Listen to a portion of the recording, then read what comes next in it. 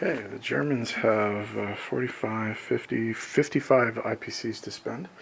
They're going to spend 4 to try and get their tech again, so they need a 5 or a 6. And they got it twice. So, we will just reveal it because it's going to come into play on this turn. The Germans have heavy tanks. So those will factor into the game on this turn. They'll be using the remaining IPCs to buy a submarine for 6, 2 fighters for 20, and then with the final 25, 3 infantry and 4 artillery. They will be declaring a series of attacks against the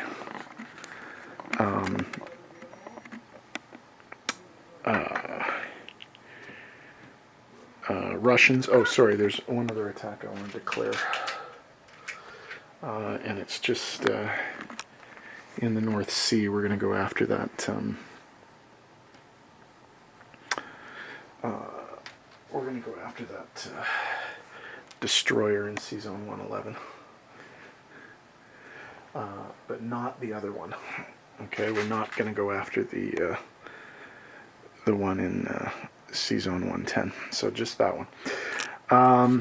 Okay, the Germans will be going into Leningrad with paradropped units from Norway, 2 infantry from Karelia, an infantry from Vyborg, a tank from Belarus, 2 tanks from Baltic states, 2 tanks from Poland, 3 artillery from Baltic states.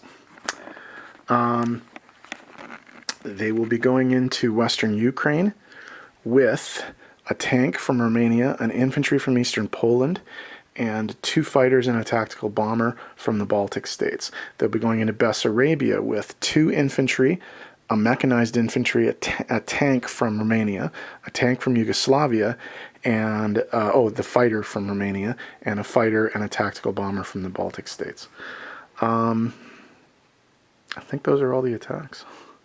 So we don't actually have to roll anything for Leningrad. It's a walk-in, but we will roll for Western Ukraine, Bessarabia, and Sea Zone 111. So we'll get right to that.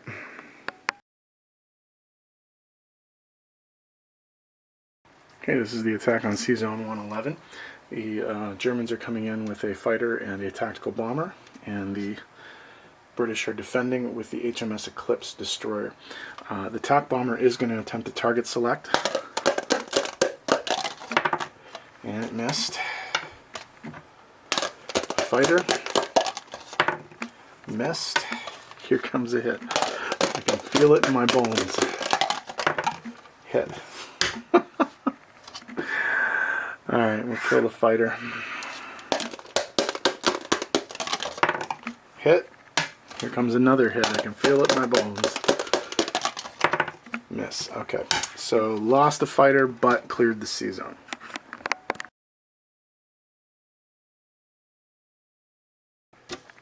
Okay, this is the battle for Western Ukraine. I actually had to redo this because I didn't have enough planes the first time. I accidentally left one and the rolls didn't come out properly, so we're trying it again. Okay, take 2. Alright, so the tactical bomber is going to do a target select on the artillery piece. Even though they've... Oh, it hit! It finally... One of these target selects finally hit. Okay, so we have a 1 for the infantry, 2 3s for the artillery, and a 4 because we have heavy tanks now, remember. 2 hits, that's all we needed. We do get to roll a defense, however, and they do kill the infantry, but Germany takes the territory.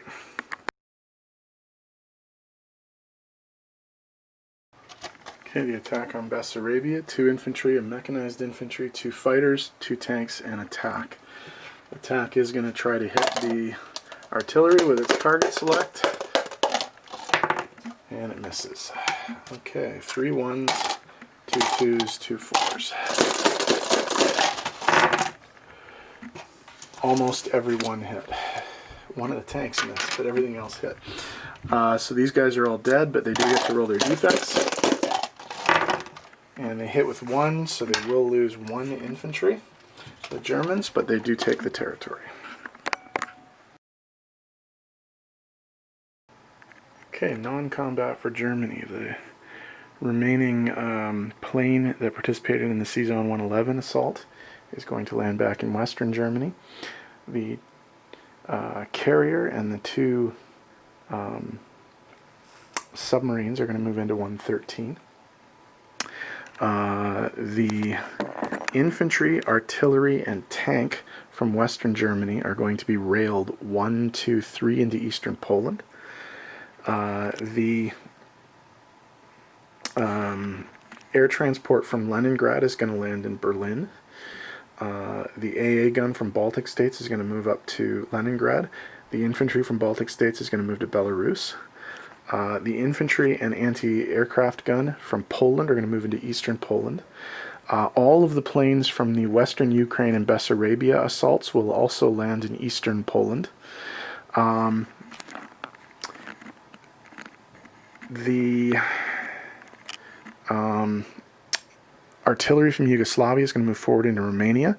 The tank from Greece is going to move up into Romania. Down in the Med, the two subs in 98 are going to move to 95. The two infantry from Greece are going to load onto the transport and unload in northern Italy. And the destroyer is going to come with them into C-Zone 95.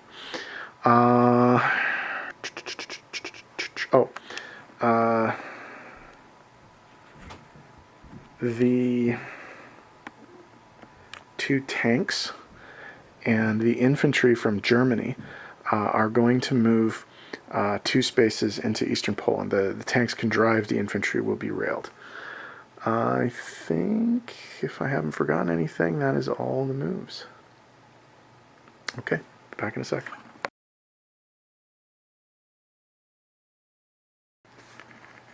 Okay, placement of new units. The new submarine is going to go into C-Zone 113 with the other 3 subs. 2 infantry are going to be placed in Germany. 1 infantry and 4 artillery are going to be placed in Western Germany, along with the 2 new fighters. Okay. Actually, I'm going to change that. I'm going to put 1 artillery in Germany as well. Okay. Alright, that should be that. And we'll see what happens from there. Okay. So, change of income. They get Leningrad for 2, Western Ukraine for 2, and Bessarabia for 1. So that's a 5-point swing on the chart, all at the expense of the Soviet Union. So the Soviet Union goes from 33 to 28, and the Germans go from 48 to 53. Now 53 is an important number because that means that Argentina and Chile are now pro-Axis, and that is also a national objective for the Germans. So they're going to collect 4 national objectives this round. They have a base income of 53 IPCs. They get 5 IPCs for controlling Leningrad, 5 IPCs for Norway and Denmark with Sweden neutral, 5 IPCs for having at least 5 submarines on the board. They have 3 in the northern part, and they have 2 in the Med. And then they have 5 for Argentina and Chile becoming pro-Axis. So they're going to put 73 IPCs in their bank account for next turn. 73 IPCs. Okay, disposition of forces. In C-Zone 113, 3 subs and an empty carrier. In Denmark, 1 infantry. In Western Germany, 1 infantry, 1 anti-aircraft, 3 artillery, 2 fighters, and a tactical bomber. In Holland, Belgium, 1 infantry. In Normandy, Bordeaux, 1 infantry. In northern Italy, 2 infantry. In C-Zone 95, 2 subs, 1 destroyer, and 1 transport.